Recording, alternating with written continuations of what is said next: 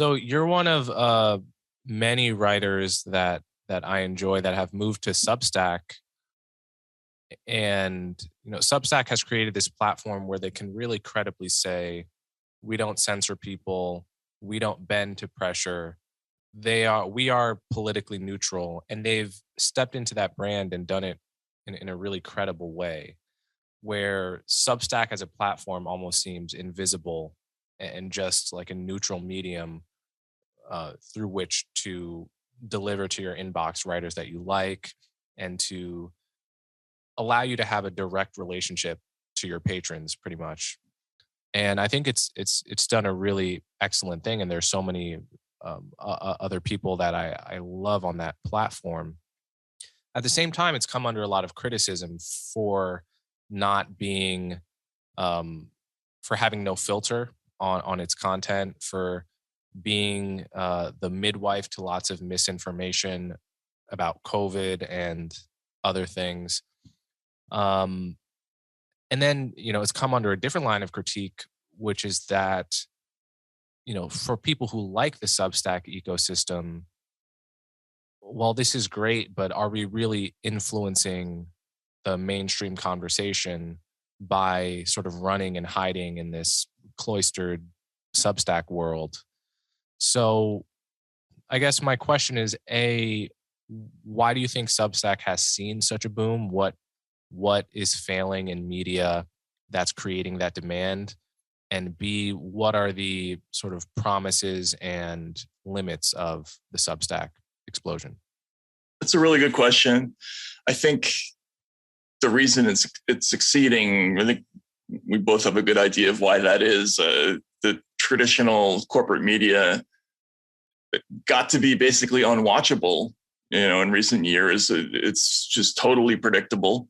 If you turn on MSNBC or Fox, it doesn't really matter. Either one of those channels, if you turn them on, 100% of the time in advance what they're going to say about every topic. And for me personally, I didn't exactly have that experience because I worked at Rolling Stone, which was, where I had a good relationship with editors, and they gave me significant freedom to explore basically anything I wanted to.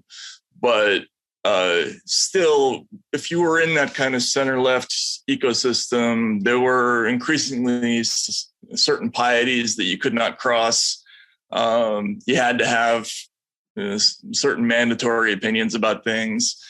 And I think that turns off readers. They don't like that. They like to be treated like grown-ups. They like to be given the information and left to their own devices to decide what to do with it. And I think increasingly in corporate media, what the attitude is we are going to tell you not only what the information is, but we're going to filter out the stuff that we think isn't good for you, and we're going to tell you what to think.